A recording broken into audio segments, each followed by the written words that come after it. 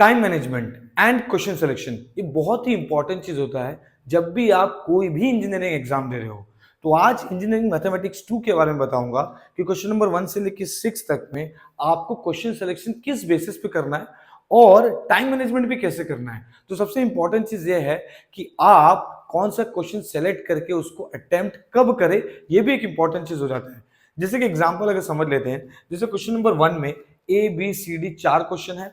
Question number 2, 3, 4, 5, 6 में से आपको कोई 3 अटेम्प्ट करना होता है, तब जाके 80 मार्क्स होता है, जिसमें से क्वेश्चन नंबर 1 कंपलसरी होता है। ये हम सभी को पता है।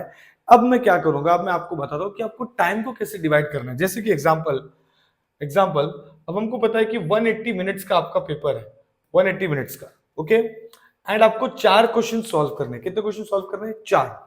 तो मैं क्या बोल रहा हूं, इसको डिवाइड बाय अगर 4 करेंगे तो 45 मिनट्स हो रहा है। इसका मतलब अगर आपको 4 क्वेश्चन अटेम्प्ट करना है, जैसे एग्जांपल मैंने क्वेश्चन नंबर 1 तो अटेम्प्ट करना ही है, तो 45 minutes 45 minutes 45 minutes and 45 minutes.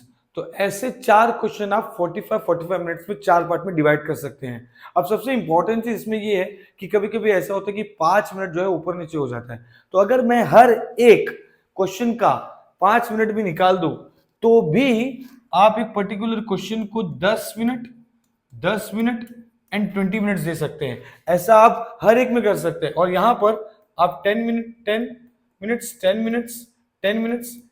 दे सकते हैं। इससे फायदा ये होगा कि आपका टाइम के हिसाब से चीजें चलेगी। अब सबसे इंपॉर्टेंट चीज, सर हमको तो पास होने से मतलब है, 60 प्लस मार्क का अटेम्प्ट करके आना बहुत इंपॉर्टेंट है।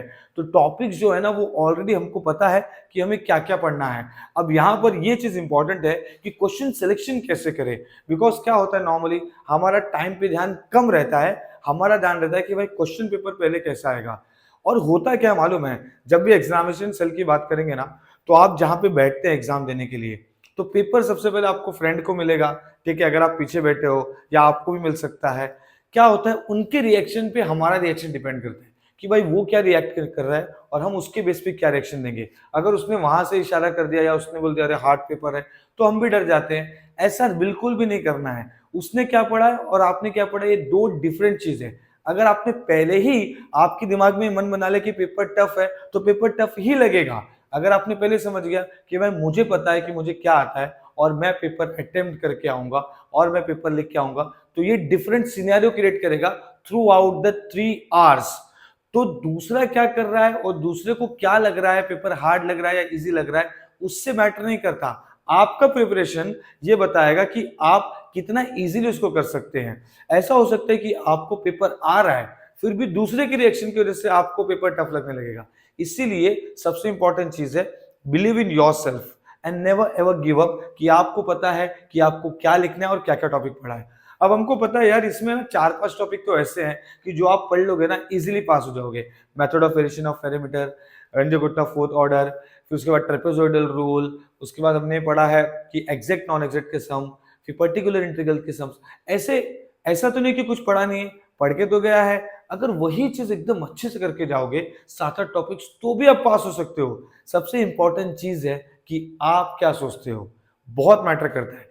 इसलिए बोलता हूं मैं, दूसरे के ऊपर डिपेंड मत करना कि भाई हाँ इसका रिएक्शन हमारे पेपर को कैसे सफर करेगा। तो सबसे इंपॉर्टेंट चीज है कि आप क्या सोचते हो। क्वेश्चन को सिलेक्शन करते समय आपको बहुत सारा चीज देखना है।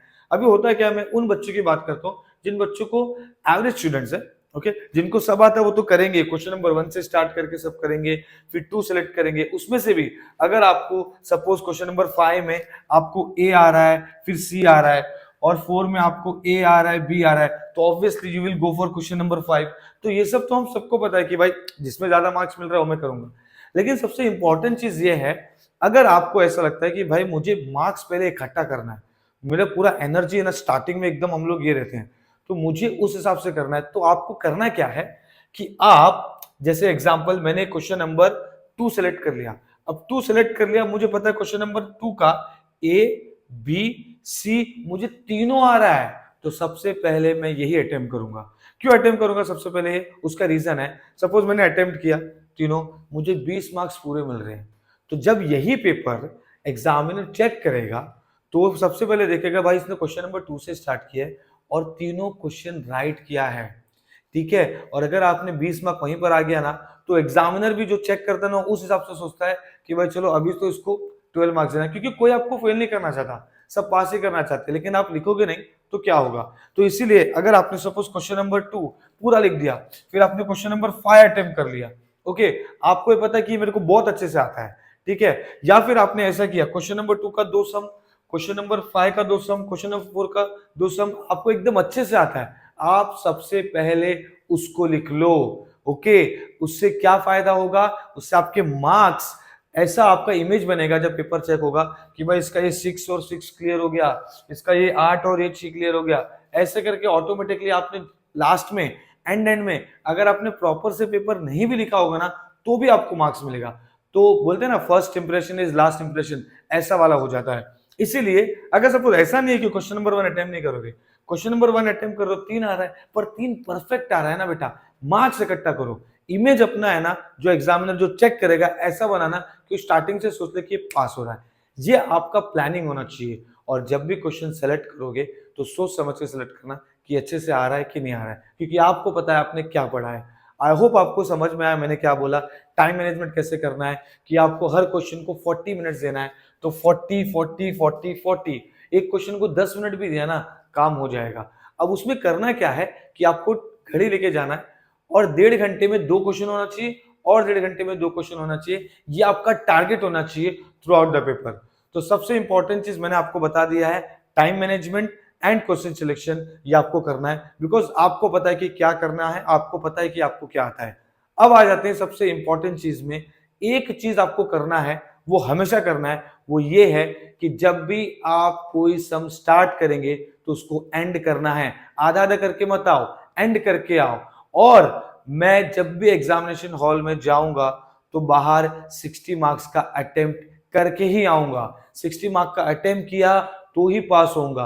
अब ये क्यों बोल रहा हूं, क्योंकि जब आप 60 मार्क का अटेम्प्ट करके आते हो, अच्छे से लिख के आते हो, तो एक जो डर रहता है ना बाहर निकलने के बाद, अरे भाई क्या होगा, निकलूंगा कि नहीं, ये जो टेंशन होता है ना वो दूर रहेगा। पेपर कैसा भी चेक हो, मैं पास हो रहा हूं, ये आपका एटीट्यूड होना चाहिए जब आप एग्जामिनेशन हॉल से बाहर निकले। मतलब वो 3 घंटा बहुत मैटर करता है कि आप क्या लिख रहे हो, कैसे लिख रहे हो, ये सबसे इंपॉर्टेंट रोल क्रिएट करता है। इसीलिए अगर 1 घंटा हो रहा है, 1.5 घंटा हो रहा है, 2 घंटा हो गया, तभी भी आपको लग रहा है नहीं भाई और लिखना है, अभी भी लग रहा है पास नहीं हो रहा हूं, तो don't give up and never ever give up, try to utilize that 1 hour also. वो 1 घंटे में भी आप है ना तक पलट सकते हो, आप इजीली पास हो सकते हो अगर ऐसा कुछ हुआ तो। ये वर्स्ट सिनेरियो की बात कर रहा हूं मैं, बाकी बेस्ट हुआ तो बेस्ट ही है। Okay, so best of luck for tomorrow's exam and get tutorials. Thank you so much.